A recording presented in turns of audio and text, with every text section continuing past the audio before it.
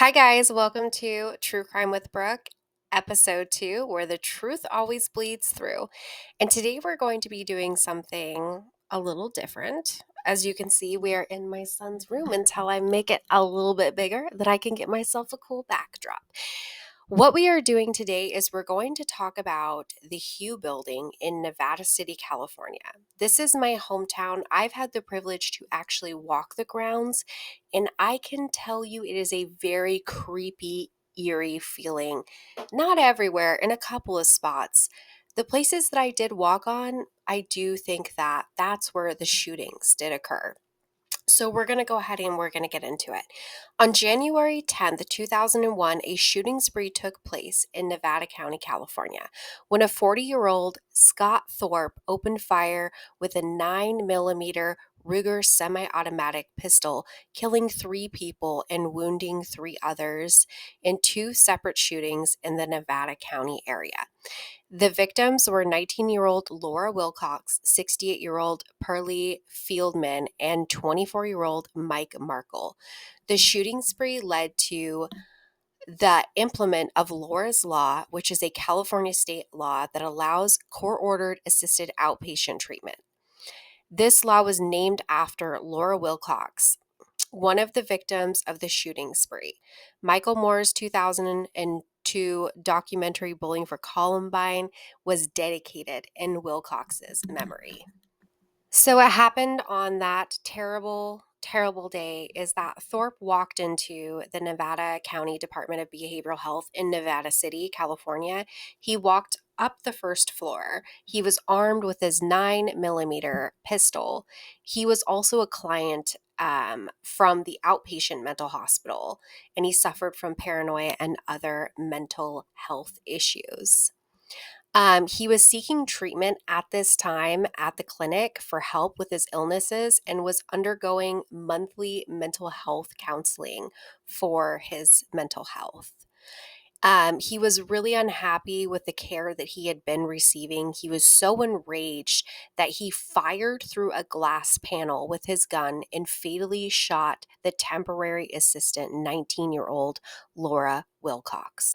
19-year-old Laura Wilcox was a college student who had her entire life ahead of her, and she was just helping the Department of Behavioral Health during her winter break.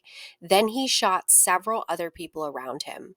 One was a 68-year-old Perel Fieldman, a mental health caregiver.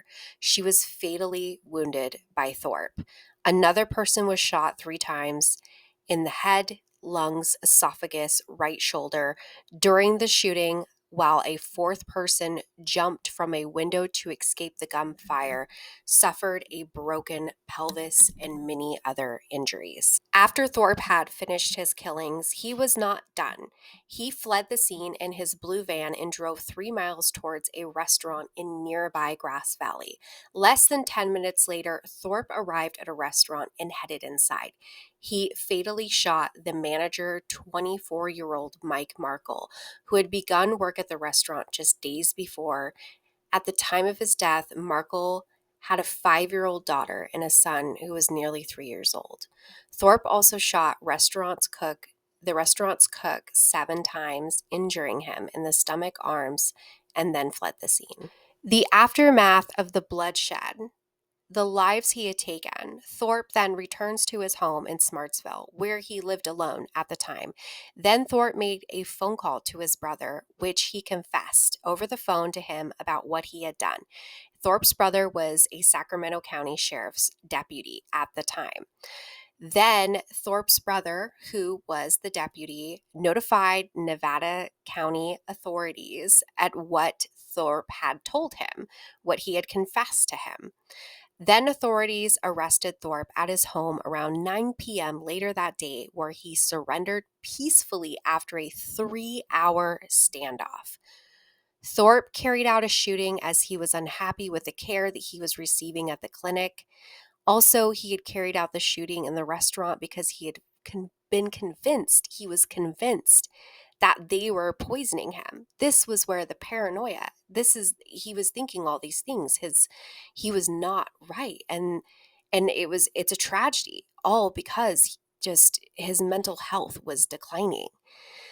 Thorpe was found incompetent to stand trial and was declared not guilty by reason of insanity. He was initially sent to Atascaledo State Hospital. I think I'm saying that right. But later was transferred to California's Napa State Hospital for the mentally ill, and that is where he currently resides. As a result of the shooting, Lore's Law was implemented. In California state law that allows for court ordered assisted outpatient treatment. To qualify for the program, the person must have a serious mental illness plus a recent history of psychiatric hospitalizations, jailings, or acts, threats, attempts, or serious violent behavior towards themselves and others.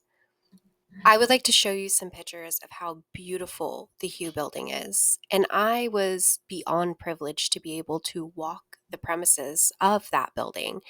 I did not get to go inside, but I was shown pictures of the inside, and it's beautiful, it's eerie, it's dark, but there is something beautiful about and peaceful about that place in certain areas. When I walk towards the front of the building, there is a place where it looks like a wheelchair ramp, and the anger I felt there, my skin was crawling. But it is a beautiful building, and my condolences to the families and the victims and everything that transpired that day. I want you to take a look at how beautiful this building is. This is the side view of it.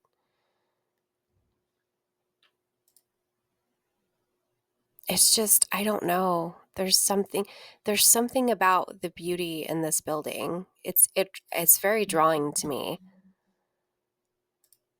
I feel very comfortable in places there. When you go down this way, there's stairs that go up like this. And when you go down here, there's a couple of ramps.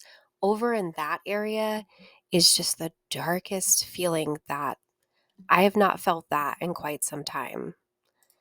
And I work as a recovery technician. I pick up bodies for a living. And I can tell you, I don't even get that feeling when I do that. But just look at how gorgeous it is. So, if you ever have the chance to visit Nevada City, please come see the building, but also ask permission before you walk on it. I truly hope that you enjoyed episode 2, The Hugh Building in Nevada City, California. This is True Crime with Brooke, where the truth bleeds through.